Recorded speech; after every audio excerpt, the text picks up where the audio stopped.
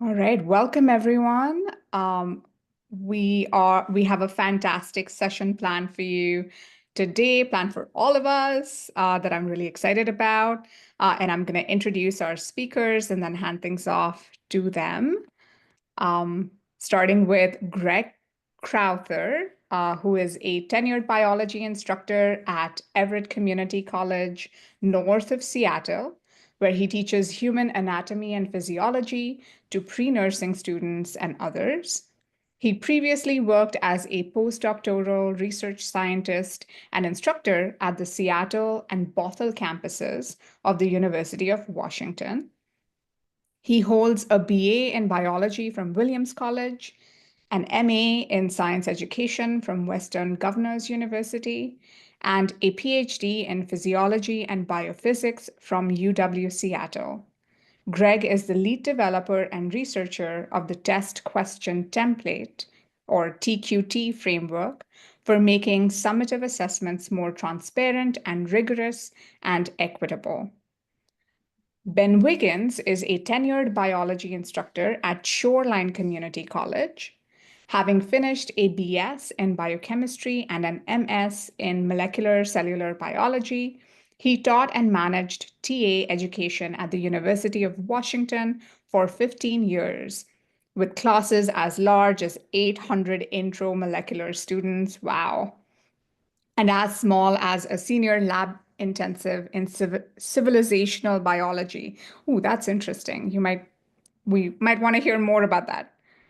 He is currently PI on his fourth NSF grant, focusing now on assessment methods for college STEM courses that use evidence-based teaching moves to improve student outcomes.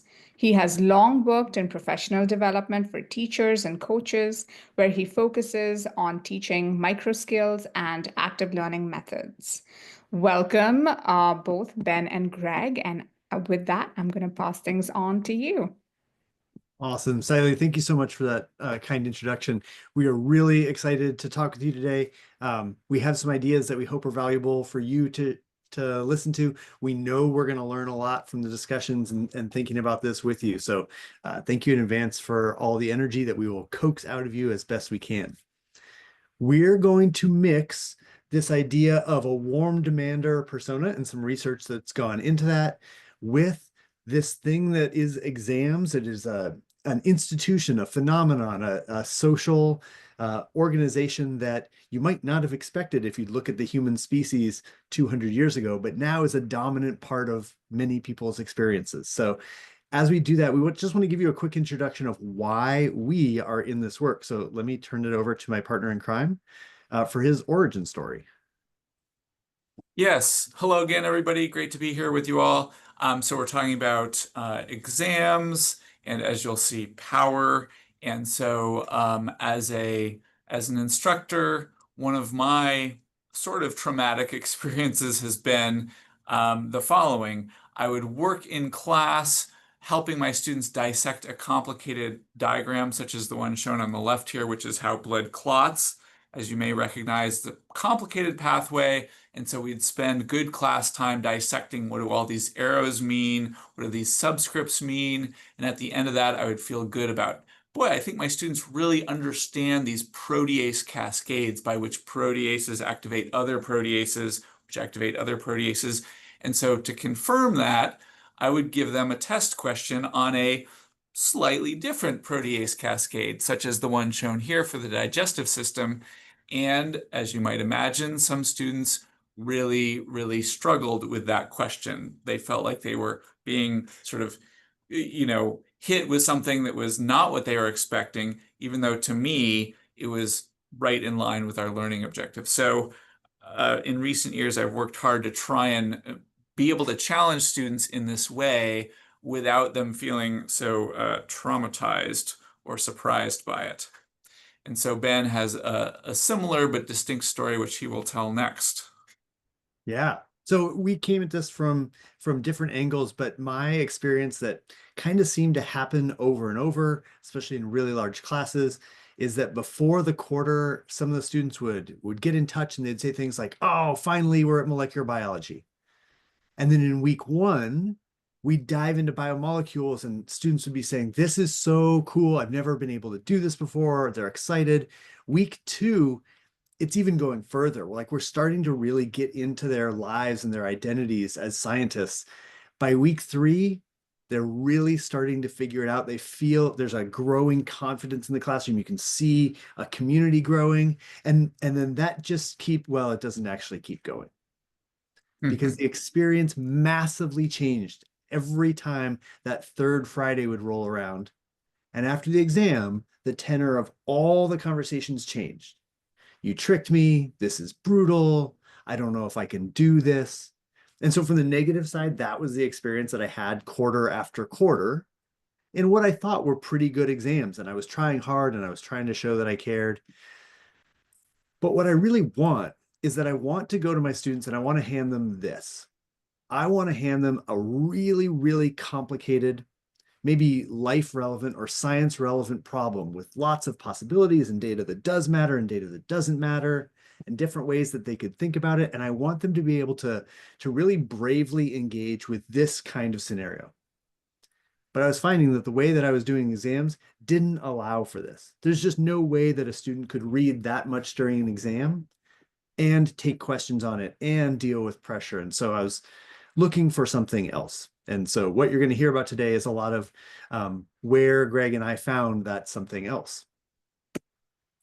Greg and I both have done some of our studies across this dividing line of science and education. Not that that's a real dividing line, but that fake dividing line tends to bring together lots of different thoughts. So it's been really great working with him because we kind of see both sides of this divide. Okay, so what's happening in our classrooms and what does power feel like in those classrooms? This is not something that we talk about explicitly very often, but what is power in classrooms? Well, we want to give you a couple of examples. So here's an example with a negative connotation, one with a positive connotation, and another one. So that negative connotation, you might think about like the idea that a professor's grading decisions can determine whether a student can move on in what they want to do. That is power in the hands of a professor. Somewhat more positively, you can imagine that an instructor gives a compliment and that really hits home for a student, right? So it could be way more motivating than an average person on the street. And that's implicit to power, that power gives you the ability to do this kind of motivation. A third example is homework assignments. So they can push students towards new and very specific ways of seeing the world. That could be really good. You could broaden their horizons in some way that's scientifically relevant. You could make them more cynical with the kinds of assignments that they're doing and the deadlines that they have to reach. And so this power that we hold in our hands, even though we don't feel very powerful most of the time, it's real and there's lots of examples. So we've been talking for 3 minutes now. So usually around this time, we give you a question. So here's your first assignment in our classroom. Which of these three are examples of power in classroom environments? And you can either throw it in the chat or just think of it or jot it down on a note card. But which of these three do you think are examples of power playing out in a classroom environment? Now I'll give you 20 or 30 seconds.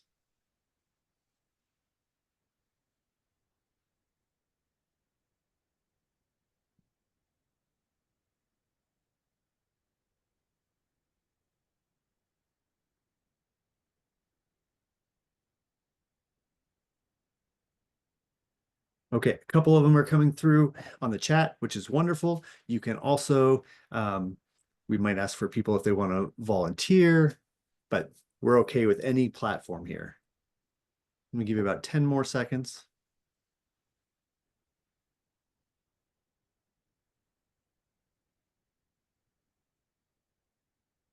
If I really wanted to drive this example of power at home, I would do a random call right now. We're not going to do a random call right now. Does anybody want to volunteer and tell us which of these they think have something to do with power in classrooms?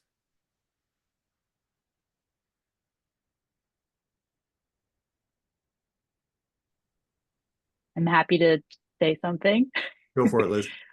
Um, to me, they all seemed like examples of power in different ways. I think certainly the first one, the 2 point penalty, exerting power over or some amount of influence over when students may arrive to class. The second one took me a second, but I think even just something as little as, you know, talking about a non-course topic with people can just, you know, ingratiate certain students to that instructor in ways that they might not even be recognizing, which can then have ripple power effects later on. And then the amount of time students get to see their graded exam, I think, can have a huge impact on how much, you know, they can digest what they got right and wrong. And that choice is exerting a lot of power. Awesome. Thank you. And yeah, what you said is both reflected in a lot of the comments in the chat, and also what we were trying for is that the first and the third are pretty clear uses of power. And the second one is like, oh, when you really dig into it, there might be a power structure underlying those things. You'd have to know more to really watch it. But there's lots of different ways that power can play out. And it's one of those things where we probably all can recognize the really obvious examples, but we need some kind of conceptual framework to think about all the possibilities. And so we went looking for somebody way smarter than us that knows about power in classrooms. And what we found are the 5 rules of power in education. So these were written by Dr. Lisa Delpit, who has been doing this work for almost as long as I've been alive, and has written kind of the fundamental texts on what power in classrooms is. And so those 5 rules of power break down as such. First, power is enacted in classrooms. So this is happening, and it's not in somebody else's classroom. It's not in the future somewhere. It's happening. Second rule of power is that there's a code or rules for participating in power. So you could think of this as a culture of power. You could think of it as a set of norms. But it's not that power is playing out in different ways every 5 minutes. There's a code for how that will happen in any given environment. Rule of power number 3 is that the rules of the culture of power are almost always the rules of the people who wield that power. So it would be very unusual to see a power structure and have those rules not match how the most powerful people act when they're at home. Fourth of the 5, if you're not already in power, figuring out the rules makes getting power much easier. And this is one of the biggest ones that's going to play out in our classrooms is when we make the rules explicit, people get more access. The last one is that those who have power are often the least aware of it because it feels normal, it feels safe, it doesn't feel like I'm in charge, I'm influencing people's lives. And so it can be hard to know or hard to acknowledge that power. Okay, let me pause here. Are there any of these rules that seem like more discussion would be interesting or they feel less clear?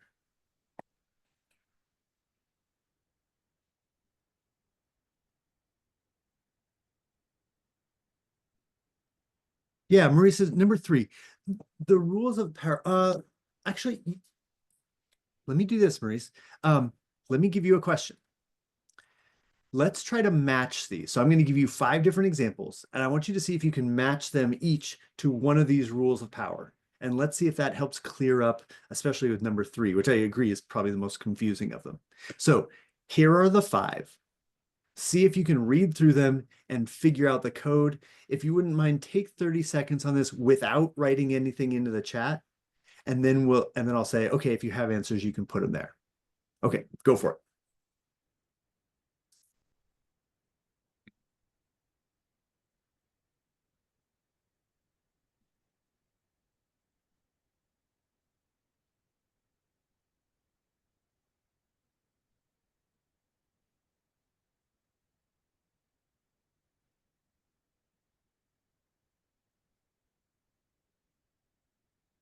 See the subtle shoulder shift that means people are writing down their answers. Excellent.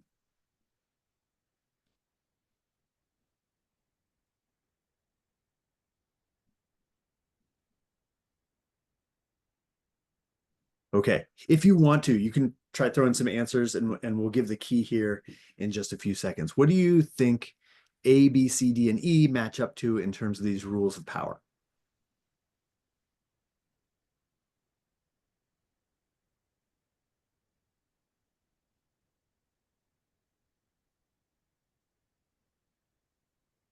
Nice, Maurice. Yeah, B is definitely 3. That's the confusing one, but when it comes through in like an idea like language, it can make a little bit more sense. Awesome. So here's the answers that we had intended. So if you can navigate those lines, that 1 matches up best with E, 2 matches up best with C, like faculty administrators have some control over those rules. 3 is B, 4 is A, and 5 is D. Excellent. It's Friday afternoon, and we are giving multiple choice questions to professors. We are trying to wield some small amount of power and hopefully useful for understanding these. Maurice says, rules at home and class. Oh, interesting. Yeah, Maurice, do you want to talk more about that? Sure. It was you had just in explaining Rule 3, you had mentioned that you implied, at least I think, that the rules that you would see it as buying the rules that people operated at in the classroom also operated at home, as if somebody demanding in the classroom would be demanding at home. And I thought Huh? you could have maybe that was a misunderstanding. Oh yeah, no, and I can see how that would be confusing where you can have a professional persona and you can have your personal persona at home. Yeah. Absolutely. But usually, even if you have 2 different ways that you would act, the same rules of who is in power apply for you in both situations. So even if you're really meek at home, you might still understand that the person talking loudest in the room is probably in charge, to use an example and not putting that particular rule on anybody, but that same thing would usually happen in a classroom, where that's not necessarily true for every cultural background. Okay, awesome.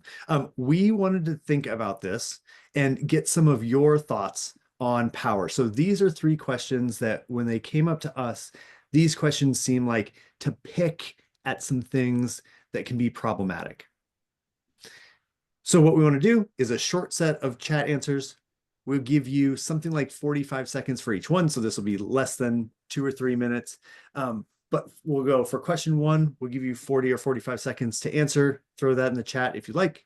And then we'll do that 1, 2, 3 and talk about them briefly. Okay, so the first question is, describe a time when you or one of your students would feel powerful in a classroom. So probably either or, right? Either you feel powerful or when you think a student would feel powerful. So I'll give you about 45 seconds to type that in.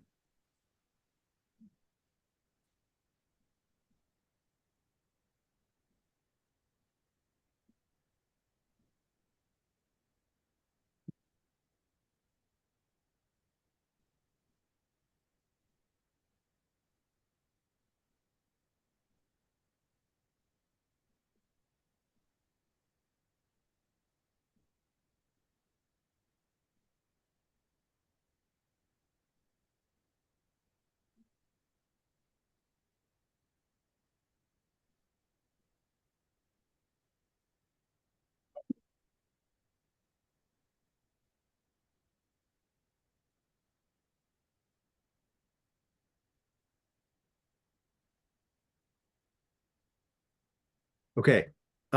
These are wonderful. And it's not surprising that the NIST group is focused and really aware of some of the ways that students can feel that power or can like bring themselves out in a classroom. So let me turn that question on you and make it a little bit more difficult. What is a time when you have used your classroom power for the good of a student? Like, what is something that you did to put them in a good situation using that power? Not just being nice, but when is something that you did? Go for it. I'll start that timer now.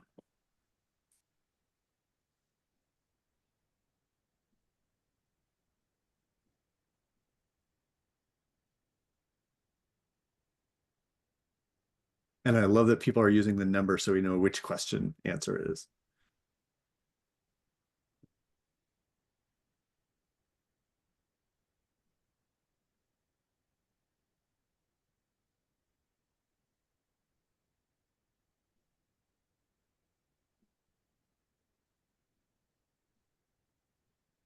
Okay, and about 10 more seconds on this one.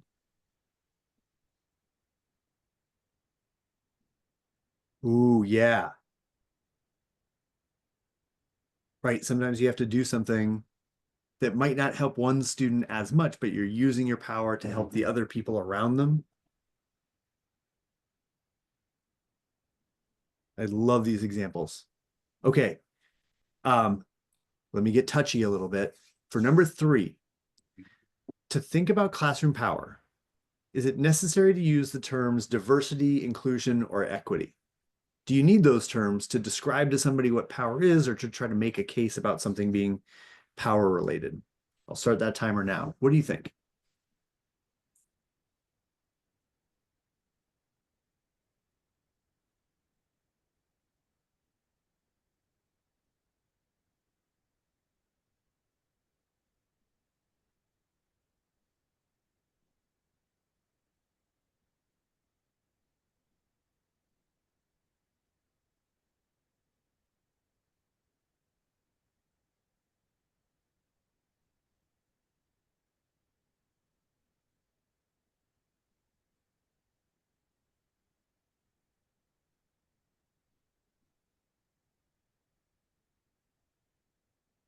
Oh, awesome. Yeah, 3 is picking apart some different ways that we think about this.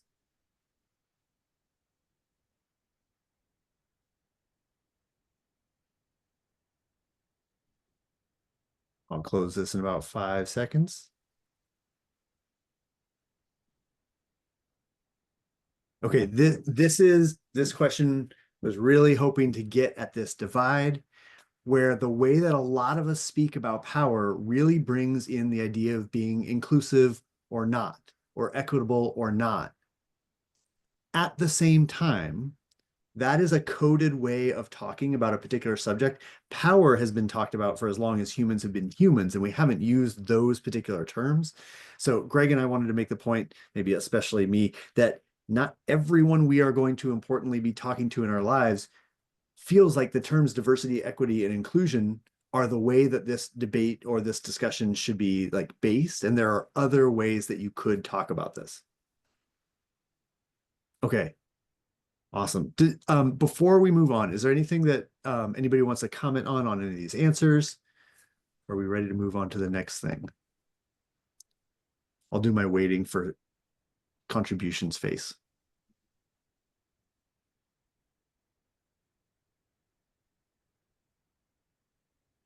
Okay, that's my silent 10 count. So I'm going to push us forward and think about how do we see this playing out for students? And let me turn it over to Greg. Yeah, thanks, Ben. So thinking about power in the context of exams, when Ben and I looked to the literature to see what professors' typical practices are in biology and science for administering exams, we didn't actually see a whole lot of kind of systematic investigations of that. So, of course, our solution was to do our own study. So we got a hold of the anatomy and physiology community via the professional organization HAPS and got a sample of 63 A&P professors to do our pretty long survey.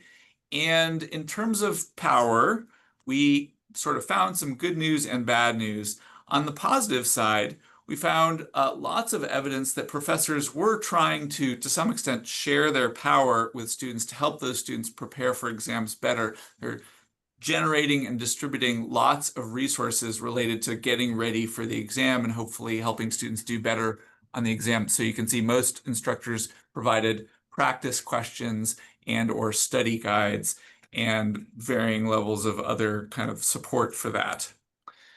So that was good. Professors were making time in their busy schedules to do all these things. And yet, on a particular issue of interest to us, what happens when the exam is turned in and graded? Do students get it back? Well, in about half of the cases, students didn't have very good full access to their graded exams. You can see in the pie chart here. So this is out of 63 instructors, 31 or 32 of them kind of restricted or limited students' access, and many didn't give the exams back at all. So that is clearly a power issue. And we wanted to raise the question of if you were a student, let's say in that bottom pie segment there, that bottom sector, what do you think it feels like to be a student in that class where you take the test, turn it in, you get a grade back, and your only feedback on the test is you got a B or you got a D minus or whatever you got. So this is another one where you can put your answers in the chat, or if you want to unmute yourself and give an oral answer, that would be fine too.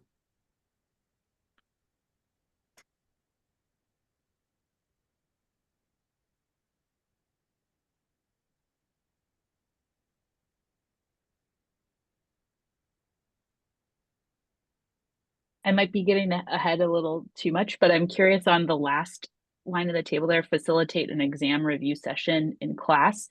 Did you differentiate the professors that did that, instructors that did that, and either let the students keep the exam from then collecting the exam back? I could see people being in different areas of the pie chart and conducting that exam review, and just curious if there was any data on that or thoughts. Ben, do you remember if that bottom line was a pre-exam review session or post-exam review? Oh, it was pre-exam review. Yeah. I gotcha. Okay. Not like reviewing the graded exams together. These are all things that people are doing to get ready for the exam. Right. Gotcha. Thank you. Yeah, so some really good chat comments coming in. Frustration. Was the exam graded accurately? How could I do better next time? So lots of challenges there.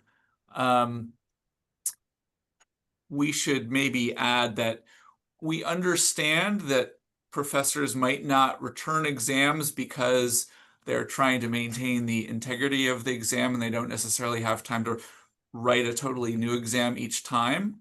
Nonetheless, you can see how instructors here are not necessarily sharing their power as fully as they could in principle. I think you are sensing some of the issues that we care about, that Ben and I care about in this particular power issue. So I think, Ben, I'm turning it back to you. Is that right? Yeah, right on.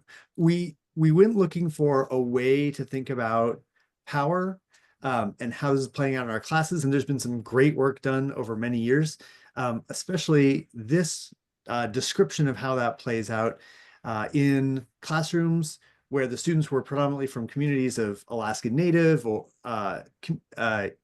communities and especially rural schools.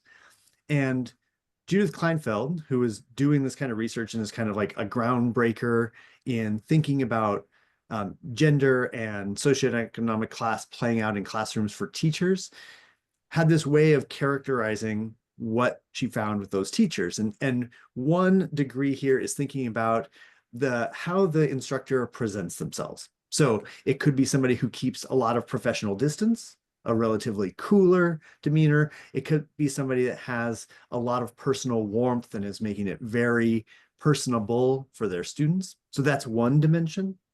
And then the other dimension being how they engage with students. So whether you are a warm personality or a cool personality, you could passively expect your students to be understanding things, or you could be actively demanding that they engage with the material. And what we'd like you to do, and we're going to throw you into some breakout rooms here just for a few minutes, and to think about, without trying to say one quadrant is better than another. So this is not about value judgments, but what do you think that are the features of these professors in these different quadrants, and what do you think they're doing? So let's just take a couple of minutes. We have that many people. Yeah, we'll have about 7 or 8 rooms. So you'll have a couple of people to talk to. You can introduce yourselves. You might already know a few people in the room, and then take a few minutes to talk about, hey, what do you think you'd see for these 4 different potential professors? So I'll create those now. They look Then like should they're I ready. put the link to the breakout room discussion, Google Doc? I have a Google Doc for a later one. Oh, later. Okay. Yeah, thank you. So you can jump into those rooms whenever you want. Stay here if you have questions, and we'll give you a few minutes to talk about it. It looks like people are going in just fine.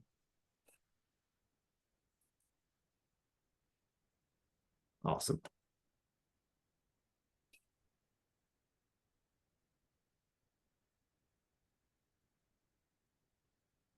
Let us know if you have any problems getting into the breakout room.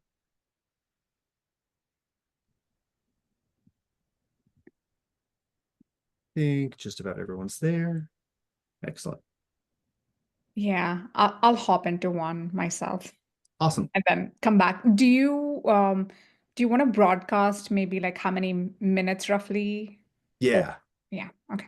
Yeah, I'll wait 1 minute and then I'll say like 2 minutes left. Okay, sounds good. Yeah.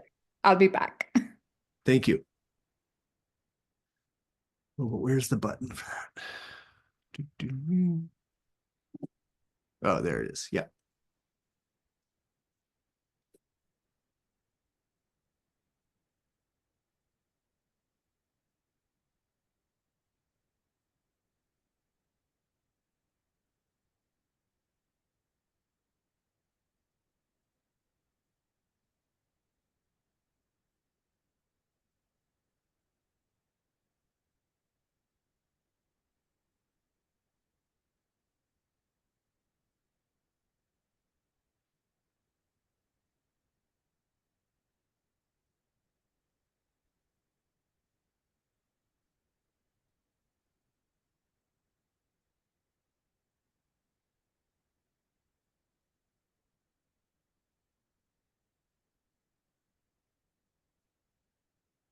All right, I just sent out that message.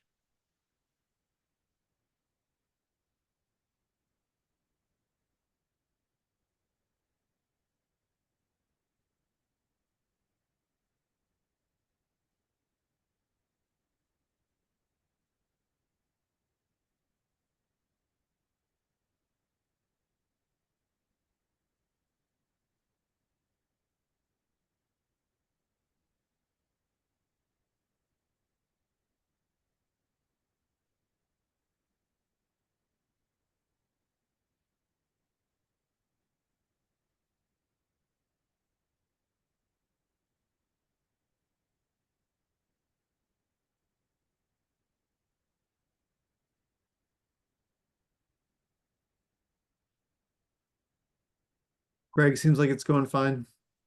Yes. We don't have a massive amount of time. We might not get into the research stuff. Sure. Okay. Yeah, the write your own TQT or public exam thing is always good for us to think about. Might require more time than we have ultimately. Yeah. That's probably the big one to cut and move past it, which is both too bad, but also it might be a moment for us to say, hey, if you're interested in this and you teach at a 2-year college. Yeah.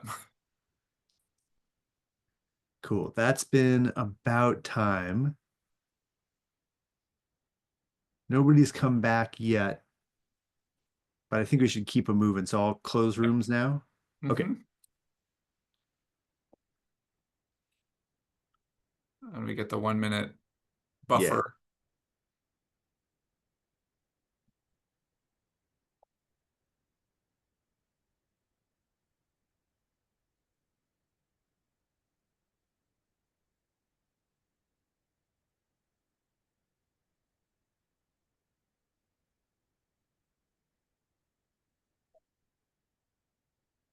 Okay, we got about 30 seconds left and then everyone will be back.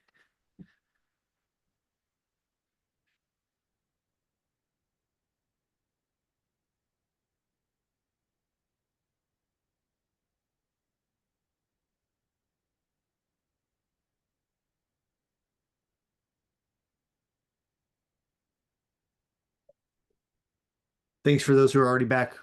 We'll have everybody back in 10 seconds or so.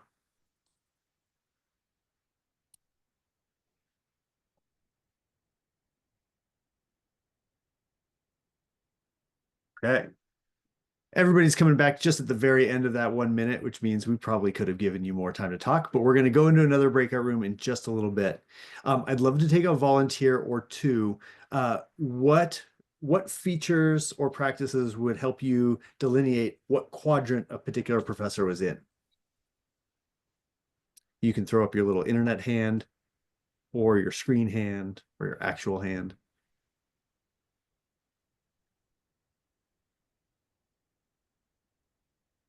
And I can do this face all day.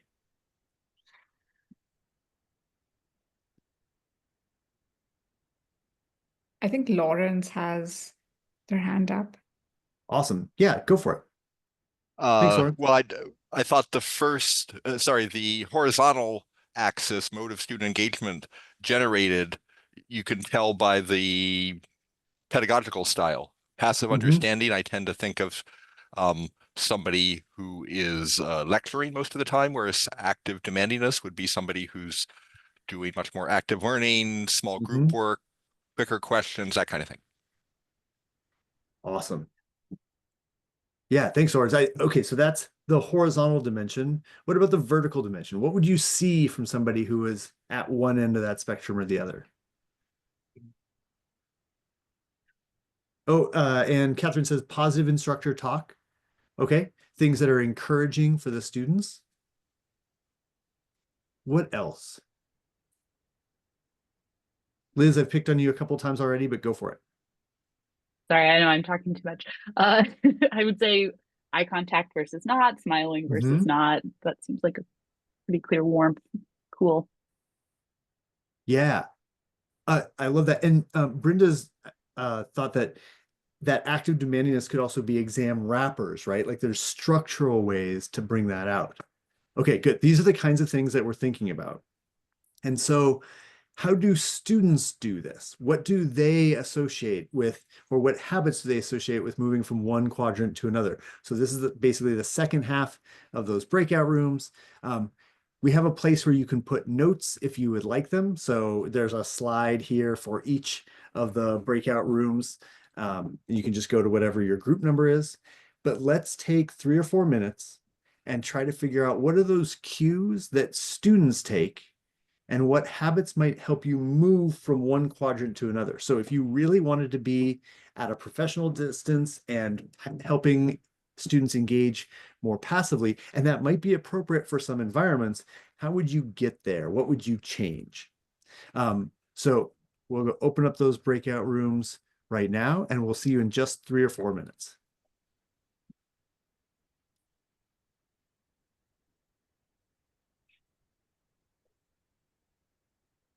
I believe they have successfully remade. Good. Okay.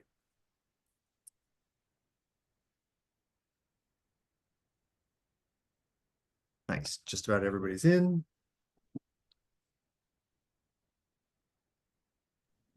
Yeah, and there's really interesting discussions happening in the breakouts. Oh, good. So I'm loving this session. Thank you for saying. Yeah, as we sit here outside the rooms, it's like, wow, nobody's talking. Well, nobody's here, but it's also nobody's talking. Yeah, I'm going to go to room 5. Love it.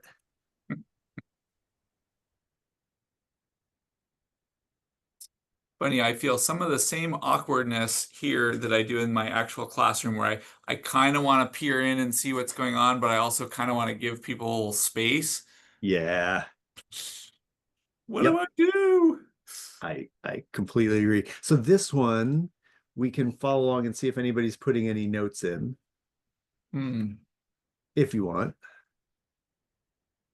Oh, I might need to make them editors. Shoot. Let's see that. Oh no, I already made them editors. Okay.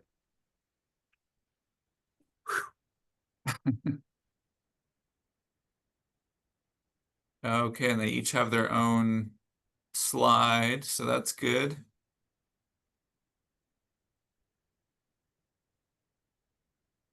Do you remember off the top of your head what those 4 names were that Judith Kleinfeld used?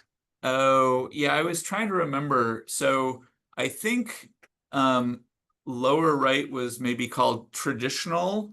So for the cold demander, and then and of course Warm Demander, and I think one of them was like the Sophisticates or something like that, which Yeah, was I think bottom left. yeah, bottom left. Okay, then it's Sentimentalists is the top Oh, left. right, good. Yeah, Yeah. sentimentalists, right. So kind of my word was nice. They're very nice. Yeah. But yeah, sentimentalist.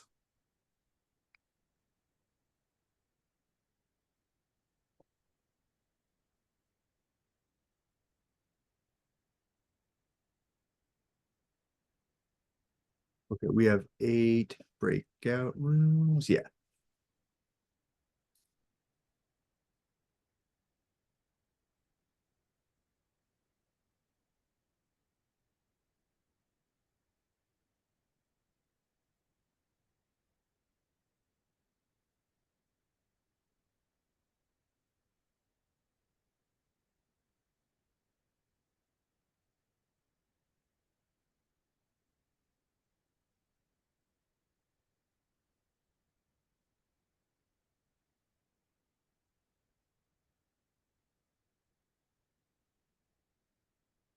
Okay, that's been 2.5 minutes. And about half the rooms have written things, not that we need them to write things down, but Mhm. and we're at 144. Yeah, so I want to get through. Yeah, we really want to get through these. Okay. Yeah. Ben, are we trying to stop presenting stuff at 10 of or not necessarily? Oh no, I was thinking stopping right at 2. Okay. Yeah. So I think we'll get there, but we definitely won't get into generating. Should I close the rooms now? Sure. Close them. Thank you for the validation. Wrap it up.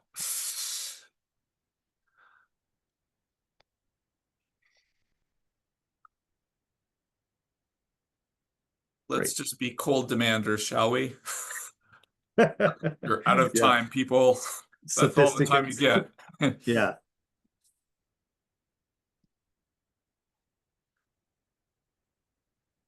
And yeah, 30 seconds left and nobody's come back yet.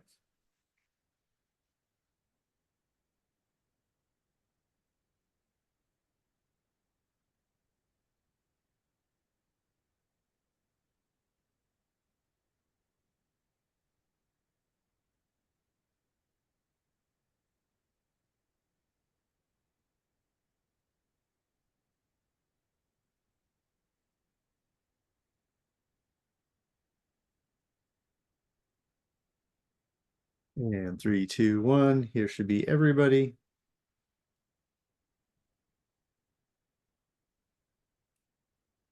Okay, awesome.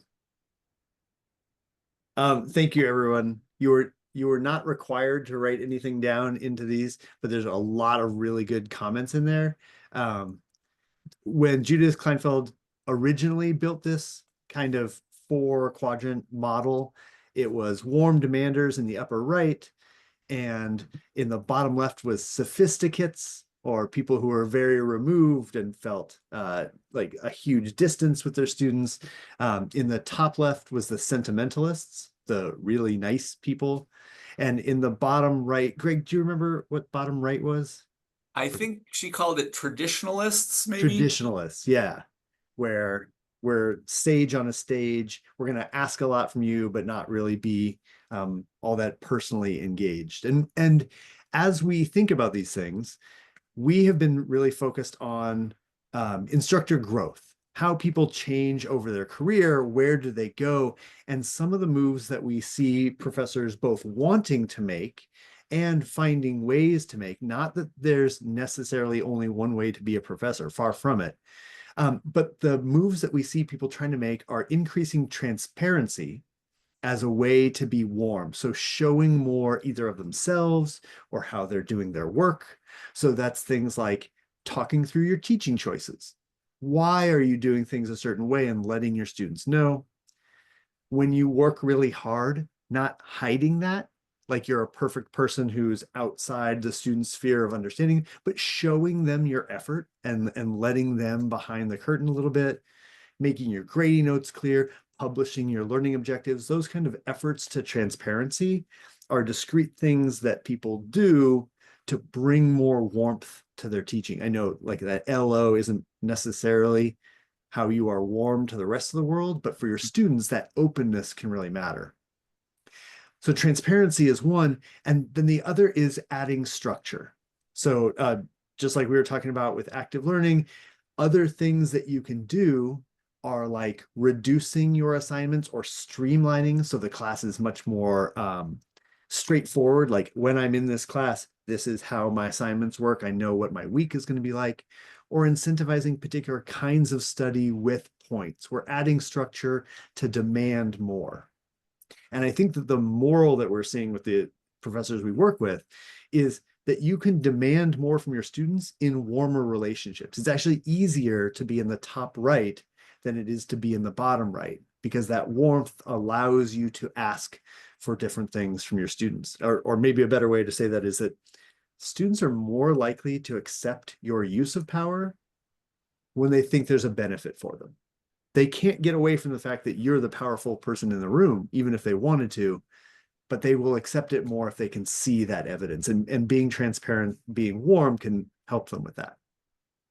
Yeah, and just to tag on to that, Ben, in Kleinfeld's original study, she noted that these warm demanders who seem so effective with these students really prioritized the warm relationships first, establishing that trust, establishing those relationships, and then, and only then, really demanding things from them. Yeah, well said. Okay, well, we hope that we have some things for you here to show you how to do more structure and transparency. So if you've never heard us talk about different ways to structure exams, hopefully you're in luck here. So one way to add structure and transparency is something that I refer to as test question templates, or TQTs for short.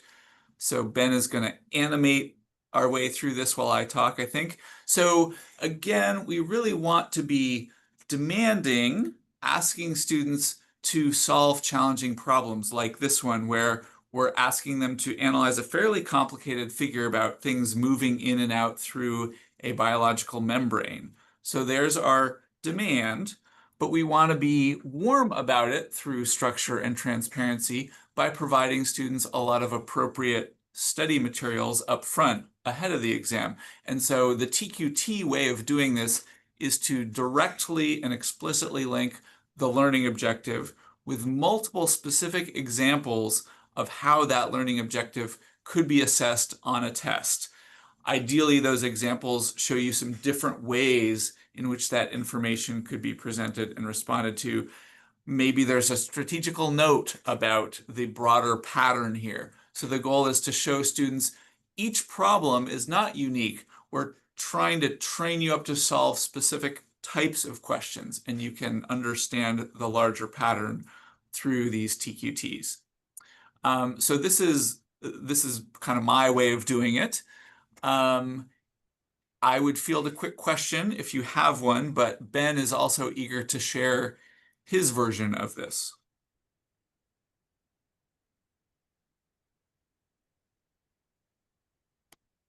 nice. I think that was super clear, Greg. And so, Greg, you give this to students before the exam. Yes, they have access to all the TQTs on day one. So yes, lots of advance warning, lots of time to train them up on like, okay, what do I do with this exactly? They don't get it immediately, but we practice and practice and practice some more. Awesome. So a slightly different way of doing more structure and transparency is what I've been calling public exams. So if what I really want is for my students to understand structure and function, so be able to take a structure and a function and explain how one does the other. This isn't limited to biology or any particular science, but it's kind of one of those big picture things I want them to do. So I might put an exam question like this. Write a structure function relationship for something about the alveolus in your lungs. Okay, so if you're going to do a structure function relationship, it should have a structure, it should have a function, and it should describe the two. And if I throw this onto the exam, I'm sending a signal that I care about this. And so after the exam, hopefully students will take a feeling that structure and function was pretty important. But that's after the exam. And there's other material for them to chase down. And maybe that message of value gets lost. So what I started doing is giving them a question like this well before the exam.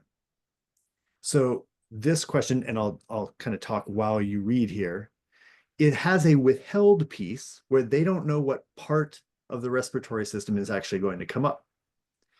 It does tell them how many points it's worth. So I'm trying to give an explicit idea of value here, not that points-based grading is the only way to do it, but at least they know this is more important than, say, the 2-point questions that they get a lot more of. This entire public version of the test question, they would get something like a week ahead of time. So there's pieces redacted, but the pieces that they can see help to guide their study behavior. So they know for these 10 points, I don't know which part of the respiratory system it is. There's only so many. But whatever it is, I'm going to be writing 2 or 3 sentences. I'm going to be figuring out a structure and a function.